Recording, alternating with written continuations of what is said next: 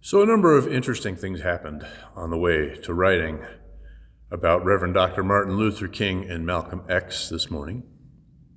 One thing that happened, and I need to get this out of the way, is that I learned, again, that I can be cluelessly flippant in a way that is classic to white supremacy in general and white men in particular. Case in point, I regret giving this service and this sermon the title, Malcolm and Martin. Though I put that title on the worship schedule months ago, it did not occur to me until just this past week that referring to these brilliant, dedicated, complex, and even heroic human beings with the informality of their first names is something I have no business doing. In no way, shape, or form have I earned the right to do that. And that's maybe a small example, but I also think it's pretty typical in white supremacy culture, and I'm glad to have some of that awareness sink into my thickish, slow-learning skull. That out of the way, here's another of the things that happened as I prepared for today. I gained a much deeper appreciation for Malcolm X, and I have had to reassess some of what I previously thought about Martin Luther King Jr. One of the things I was aware of and had planned to at least mention was their shared suspicion of white moderates and white liberals. You might remember Dr. Martin Luther King writing from the Birmingham jail, and I quote, he said, "I must confess that over the last few years I have been gravely disappointed with the white moderate. I have almost reached the regrettable conclusion that the Negro's great stumbling block in the stride toward freedom is not the White Citizens Council or the Ku Klux Klaner, but the white moderate, who is more devoted to order than to justice, who prefers a negative peace, which is the absence of tension, to a positive peace, which is the presence of justice, who constantly says, 'I agree with you in the goal you seek, but I can't agree with your methods of direct action,' who paternalistically feels he can set the timetable for another man's freedom, who lives by the myth of time, and who constantly advises the Negro to wait until a more convenient season." But what I didn't know was just how much more direct and poignant was Malcolm X on the very same subject. Here's Malcolm X in 1963. He said, "The white liberal differs from the white conservative only in one way. The liberal is more deceitful than the conservative. The liberal is more hypocritical than the conservative. Both want power, but the white liberal is the one who has perfected the art of posing as the Negro's friend and benefactor. The white liberals control this mentally dead ball through tricks of tokenism, false promises of integration and civil rights. In this profitable game of deceiving and exploiting the American Negro, those white liberals have the willing cooperation of the Negro civil rights leaders. The white conservatives aren't friends of the Negro either, but they at least don't try to hide it. They are like wolves. They show their teeth in a snarl that keeps the Negro always aware of where he stands with them. But the white liberals are foxes who also show their teeth to the Negro but pretend that they are smiling. The white liberals are more dangerous than the conservatives. They lure the Negro, and as the Negro runs from the growling wolf, he flees into the open jaws of the smiling fox. The job of the Negro civil rights leader is to make the Negro forget that the wolf and the fox both belong to the same family." So I chose those two quotes because of how clearly and powerfully they show some of the similarities and the differences between these contemporaneous men. And I'm going to run through briefly some of those similarities and differences, and I'm going to tell a story about them. But one of the things that everyone should understand is that these were not static human beings, despite the somewhat static narratives that have somewhat calcified over the 50-odd years they've been gone. Even in their public lives, these were souls in transition, learning as they went, open to new information, new ideas, new experiences, sort of making it up as they went. So Malcolm X and Reverend Dr. King were truth tellers, even at great cost to themselves personally. They were both committed to dignity and freedom for Black people in America, though their philosophy and methods differed and the press covered them very differently. They were both fantastically charismatic. People who met them in person or heard them speak were deeply affected, and they were intellectually and emotionally persuasive, and both of them engendered great loyalty. They were both tireless organizers, traveling, meeting, speaking, writing, strategizing, networking, building organizations while simultaneously being the public faces for those organizations. Both of them were knowledgeable about the world, and both saw their work and the anti-Black racism of America in a global context. And the differences were profound. The most obvious and the most storied differences were around their philosophy of violence. Reverend Dr. King was deeply influenced by Mahatma Gandhi and was committed to nonviolence. Malcolm X thought that was nice, but also hopelessly naive. Why would you seek to hold hands and make nice with your oppressors? Reverend Dr. King, especially early in his public career, believed in and worked for integration, civil rights, and inclusion, judging that nothing could be accomplished without at least some white allies and working within existing power systems and structures to make things better.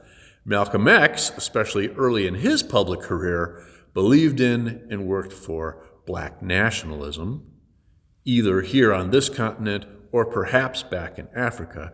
Malcolm X did not see how the wounds of the past or the present could ever be overcome enough for Black and white people to live together in peace and freedom and equality. He frequently pointed out that the majority of white Americans weren't even willing to recognize or protect the basic human rights of Black people, and so what difference would it make to pass merely civil right laws in a country that had broken every promise it had ever made to non-white people? I personally think that point of view is pretty hard to argue with. So I have to tell you that in researching this sermon, it has been extraordinarily eye-opening for me personally, and I want to share a story that I learned of what went on in the months before the famous March on Washington and the even more famous I Have a Dream speech from Reverend Dr. King. A story that is quintessentially American, a quintessentially American story of following the money, and about which I had no idea until just a few weeks ago. 1963, things were heating up in Birmingham, Alabama. The Alabama Christian movement for civil rights, led by Fred Shuttlesworth, was gearing up for an Easter boycott of businesses and services. On April 3rd, Dr. King and the Southern Christian Leadership Council joined the effort in Birmingham, and Birmingham became the site of mass meetings and direct actions and lunch counters, sit-ins and marches on City Hall, and a boycott of downtown merchants. Hundreds of people were arrested, including Dr. King, on April 12th. Released on bail 8 days later, and with his name and face on every newspaper and television in the country, Dr. King left on a fundraising trip across the country, ostensibly to raise bail money for all the people still being held in Alabama and for which they had run out of money to bail them out. But this had the effect of pulling money away from all the other civil rights groups at the time, including the NAACP, which was much better connected to the money, power, and media structures of the time. Behind the scenes, simultaneous to all this, a very wealthy and well-connected white man named Stephen Currier had seen this competition for money coming, and earlier in the year had begun meeting privately with civil rights leaders, including Dr. King and Roy Wilkins, head of the NAACP, and the heads of many other organizations. And with this funding crisis initiated by Dr. King, Stephen Currier got to work. And on June 19th, he held a fundraising breakfast. He held this himself, invitation only, at the Carlyle Hotel in New York City with 96 other wealthy donors, corporations, and foundations, pretty much all of them white. He raised $800,000 that day with the promise of another $700,000 over the next year. This is an enormous sum in 1963. Then, as he had planned all along, Currier used that money as a carrot to get the leaders of the largest civil rights group, all of whom were desperate for money, to come together under a single council to distribute the funds. Now, I had never heard of the Council for United Civil Rights Leadership before last month, but they were central in everything that happened next. Whitney Young from the National Urban League, one of the most conservative black civil rights groups, and Stephen Currier, the organizer and fundraiser of all this, were installed as the co-leaders of the council. Meanwhile, on the ground in the South, outraged at the violent repression and incarceration of black protesters, there was grassroots organizing for a march on Washington, with talk of marching on the White House and marching on Congress, maybe shutting the whole thing down for a time in protest. This might sound kind of familiar to you. Now, this got the attention of President Kennedy, who was personal friends with Stephen Currier, and Kennedy called a meeting just 3 days after the formation of the Council for United Civil Rights in June. That meeting included Dr. King, Roy Wilkins, Whitney Young, Stephen Currier, Vice President Lyndon Johnson, Robert Kennedy, Attorney General at the time, and other civil rights leaders. And recognizing that none of them were able to stop the movement towards a march on Washington, they decided to co-opt it. They decided to take it over, basically tame it. And that is exactly what they did.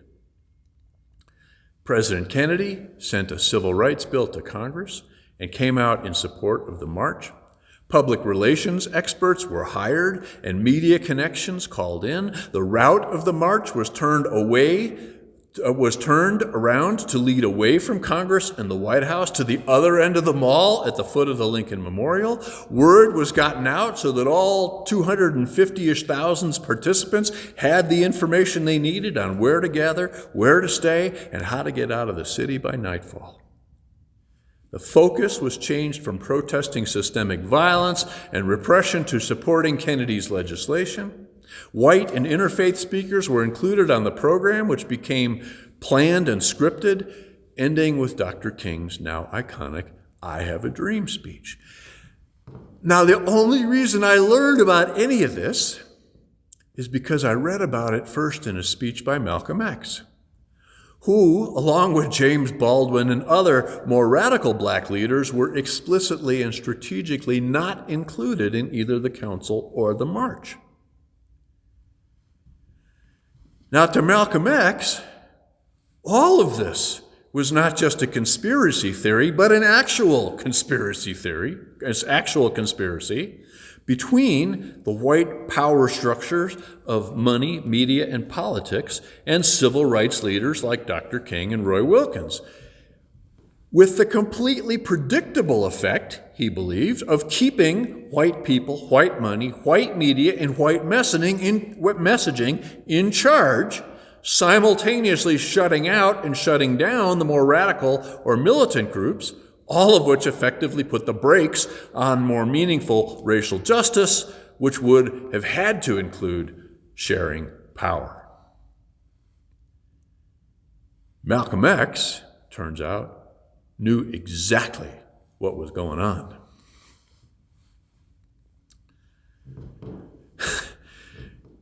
So I've only scratched the surface But I found no better way to communicate or unpack some of the complexities of these two men in a single Sunday morning. And to be clear, as I mentioned before, both of these men, they were the real deal. They were human. They were mature. They, in the long run, were willing to admit their mistakes. They were willing to learn and grow. And in the final years before they were assassinated, Malcolm X in 1965, Reverend Dr. King in 1968, they had grown much closer to each other, at least philosophically. Malcolm X became far less militant, and Dr. King became less willing to compromise, having grown far more frustrated with white people. And both of those are worthy stories on their own, but I think this is where I have to end for now. And this is my wish for all of us. Let us be open to the complexities, the nuances, and the learning, and the mistakes we will inevitably make. As these men modeled for us, let us not allow those complexities to freeze or paralyze us into inaction. The vision of a more just world is real. The hope for beloved community is powerful, and it starts right here, within, and it starts right here in community. So it is, and so may it be.